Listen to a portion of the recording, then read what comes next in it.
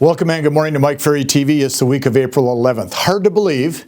January, February, March, gone, done, finished, ended. Good night, Louise. Never coming back. How have you done so far? Are you at least 20% of the way towards the goal you've set? Are you on track with closed-end pendings to at least achieve the goal, surpass the goal? Do you need to make some adjustments to that goal as we are talking today, whether they be up or down? At the end of the first quarter is a good time to really evaluate your work ethic, your work habits, your schedule, your plan, how you're committed to the goals you've set. This is a good time to do all this. Do it now. If you went to the retreats in 2014, 15, actually 2013, 14, 15, if you've been to those retreats the last 3 years, I've tried very hard to do a lot of follow-up with you after you've been to the retreat.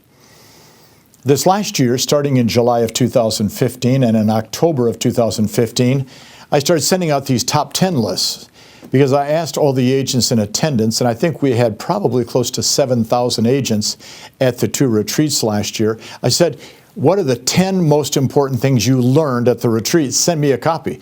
And then what I did on Mondays and Thursdays, which I've done now for, 8 or 9 months, I've been sending out copies of these as refreshers for each of you that attended to get back into that mental mode of being at that retreat and all the things you could learn and you could use to enhance your productivity.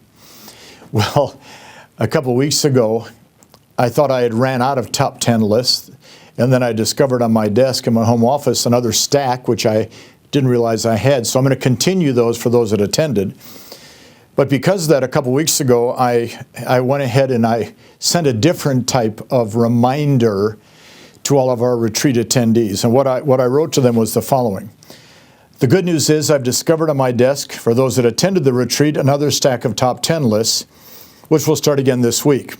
I've read them and they're great. In the meantime, I found some notes, and these are notes from a meeting I did in May of 2014, where I talked about the 10 best ways to secure a listing appointment. Now, if you're watching Mike Ferry TV, you know that I am a great advocate of that you should become as good a listing agent as you possibly can. If you haven't figured that out yet, and this is your first time watching, I am going to try to convince you to be a listing agent, period. End of conversation. So therefore, getting appointments becomes a critical part of the process. So in May of 2014, speaking for somebody, I did the following. The 10 best ways to secure an appointment are the following. Number 1, become a lot more aggressive in your lead follow-up because they gave you their name and number for a reason. I have never understood why when you get a sign call or a walk-in at an open house, or you get an ad call, or you've bought a lead and they've actually expressed an interest in doing something, or somebody has shared a referral with you out of your database and they've said, my friend over here wants to buy or sell. I don't understand why you don't follow up. What are you afraid of? What's the worst they can say to you? No, we're not going to do it.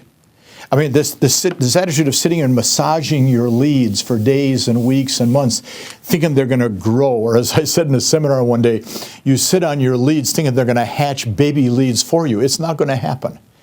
Either you're aggressively following up, or, watch this, somebody else is. So what I said last year at the retreat, take your lead card, usually it's a 5x8 card, name, address, phone number, email, etc. In the corner, write down the amount of a commission check if they actually do list. That you can see what you're losing by not being strong in your lead follow-up. I wrote down number 2, remind yourself daily of the importance of maintaining a strong mindset regarding appointments. Appointments are the name of the game. Anybody that tells you differently is lying to you, period, end of conversation. Don't buy into the nonsense that you don't have to be on appointments all the time. How else do you make money? I was sitting in the prospecting school at our office in Vegas recently, and one of the agents brought up the obvious question, is everybody wants to text, everybody wants to email, they want to blog, they want to Facebook, they want to text, they want to tweet, they want to do everything but talk. How do you deal with that? I said, well, if they don't want to use the method of communication that you're willing to use, find a new prospect. Can't find a new prospect if you don't understand the importance of going on appointments, because you can't list property by texting. You don't list a property through Facebook. You don't list a property through LinkedIn. You list a property by being face-to-face. Now, yes, you could list a property by mail because the seller lives in, Tennessee and you're listing property in Seattle, Washington. But the truth is, you have to be face-to-face. So therefore, you have to remind yourself on a regular basis of the importance of maintaining a strong mindset regarding appointments. How many appointments do you want to go on per week, per month? And do you have a plan to get there? I wrote down number 3. Start prospecting for appointments, not for leads. Hello, wake up, smell the coffee. Watch, the house is on fire, it's burning, it's time to move out. Why are we prospecting for leads when appointments are available? Folks, if people on the phone or in person say, yes, I want to sell my home, don't write it down as a lead. Say, okay, when should we get together? Would Tuesday or Wednesday at 3 or 5 be better? Or my standard line is, what time Tuesday at 4 o'clock should we get together?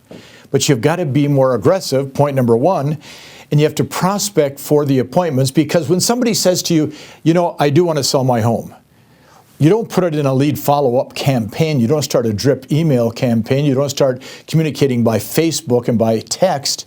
You go for the appointment. Number 4, if you want to get more appointments, enhance your relationships with all of the clients in your database. It's a natural goldmine for productivity, your database. Why aren't you enhancing that group on a regular basis? Number 5, I wrote down, at the end of the day, if you don't have an appointment, it happens, commit to talking to 10 people at their door while you're on the way home from the office to your home. Drive a different way home, park your car. It's going to be 4:30, 5 o'clock, 5:30. Knock on 10 doors. Look for somebody that may want to sell. Number 6, upgrade every aspect of your prospecting, your pre-qualifying, and your listing skills. I've been saying upgrade for 4 years. And every once in a while somebody will say, man, I really upgraded. I cleaned my fingernails. That's not an upgrade. I really upgraded. I bought a new pair of shoes. That's not an upgrade. Your skills, your energy, your enthusiasm, the smile on your face, obviously your appearance, your message you're delivering, how you communicate. This is the upgrades we need to do. Number 7, if I want to get more appointments, contact every expired, every for sale by owner. If you can't reach them, go to your door. Exception, country of Canada, which we know from my Canadian friends, there are rules and regulations about expireds. However, for most of North America, otherwise, every expired and by owner. By the way, the number of expireds is starting to increase because the number of listings that are not selling is starting to increase because the market in most parts of the world is slowing down. Number 8, consider adding 20% to your daily contacts, or maybe consider 2 one-hour prospecting sessions in the evening where you'll probably have a little bit bigger and higher contact ratio. Number 9, use the Mike Ferry scripts. They guide the prospect through your appointment. If you use the scripts when you're prospecting, and if you really look at the scripts, all they are is a guide towards a potential appointment. And number 10, if you want to get more appointments and you want to be better at it, try following the Mike Ferry listing process. It's not complicated. Watch. Pre-qualify 100%. Send out a strong pre-listing package. Call back and confirm that they've received it. Show up mentally, physically, and emotionally 15 minutes early. And then, for goodness sakes, use your scripts when you get there. I just used my script today with you. Try the same thing for yourself. Talk to you next week.